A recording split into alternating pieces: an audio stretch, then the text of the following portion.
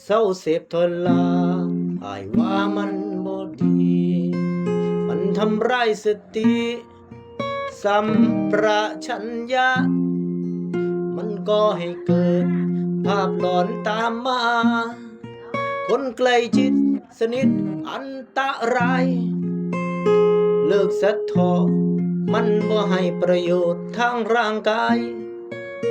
เสพไปเสพมาเดี๋ยวสิเป็นบ้าเอาสังคมบ่ให้การยอมรับตำรวจจับเสียเงินอยากพ่อแม่สงสารผู้เฒ่าคนแก่ต้องมารับกรรมเพราะบักคำที่ดื้อเลี้ยงลูกมาก็อยากให้ลูกได้ดีบ่อยากให้เดินทางผิดกฎหมายเป็นพ่อแม่ก็อยากให้ลูกสบายถ้าลูกเป็นผู้ร้ายพ่อแม่คงเสียใจเศร้าสะทนหลายสงสารมารดาน้องคนอุ้มท้องเลี้ยงลูกมาเถื่อสิใหญ่แม่หักแพงลูกปานดวงใจพ่อแม่อดกินได้แต่ลูกต้องอิ่มเพิ่นหักลูกแข้งป่านนี้ลองคิดดูตีเพิ่นสิเสียใจสำใดลูกหักแพงปานดวงตาดวงใจต้องมาเสียคนไปเพราะทาดยากับตัวสันลาอายว่ายังบ่ทันสายพ่อแม่ให้อภัยเสมอขอแค่ลูกกลับตัว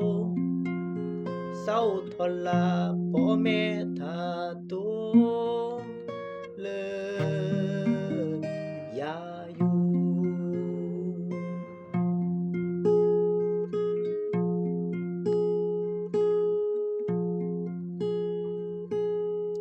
เศร้าสาทนหลายสงสารมารดาน้อง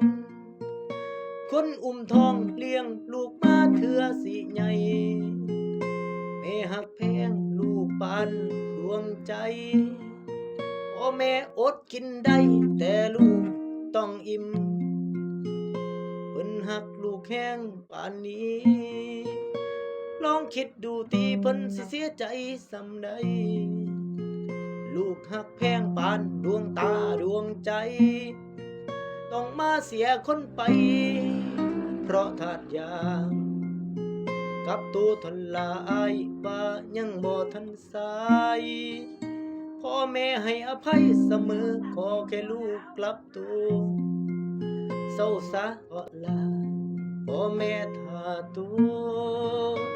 เลิกยาอยู่